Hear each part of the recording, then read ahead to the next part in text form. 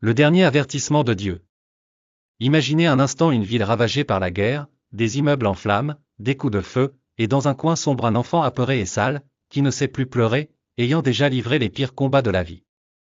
Si quelqu'un s'approche de lui, il hurle, se débat, mord et s'enfuit, les yeux emplis d'horreur et de colère.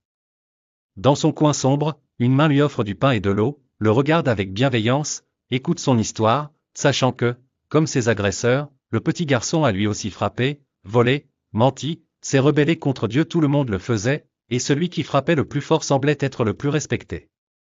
Cette miséricorde pour l'enfant rebelle vient de Dieu, c'est ce qu'on appelle l'amour agapé, l'amour malgré nos péchés et nos faiblesses. Car Dieu nous aime tous, au point de préférer aller à la croix et mourir déchiré pour payer de son corps le prix de nos péchés, le châtiment que nous méritions, il l'a payé.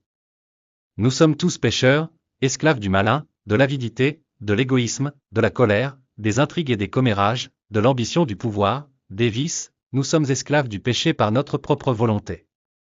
Certains pensent que la seule option dans la vie est de vivre en rébellion contre Dieu, ils croient que tout le monde vit ainsi, mais c'est faux. Tous les êtres vivants ont la possibilité de choisir Dieu, d'accéder à la liberté, de briser les chaînes de tous ces péchés qui les asservissent. Aujourd'hui, l'Évangile a atteint toutes les nations. Évangile signifie « bonne nouvelle ». Cette bonne nouvelle, c'est que Dieu vous offre le pardon et la réconciliation totale, oui, effacer de son livre la liste de nos péchés et recommencer à zéro. Ne tombons pas dans l'erreur de penser que l'amour agapé tolère nos péchés ou qu'il est inconditionnel.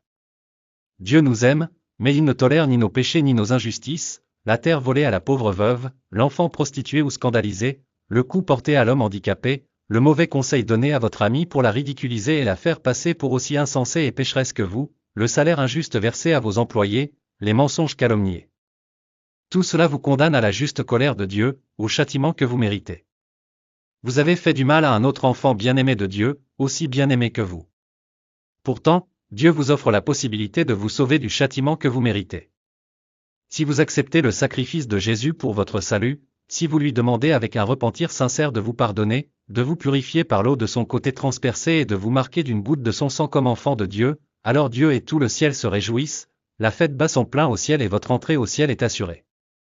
Mais cette place peut être perdue si vous péchez à nouveau, si vous commettez encore des injustices, si vous tentez de vous moquer de Dieu. Certes, l'amour de Dieu n'est pas un don basé sur le mérite, il nous l'accorde malgré nos faiblesses et nos péchés. Mais si vous le méprisez, si vous incitez les autres à pécher, ou si vous faites du mal à votre prochain, tous enfants de Dieu comme vous, vous devrez affronter la colère de Dieu, son jugement, sans excuse, car vous avez méprisé le sacrifice de son Fils unique.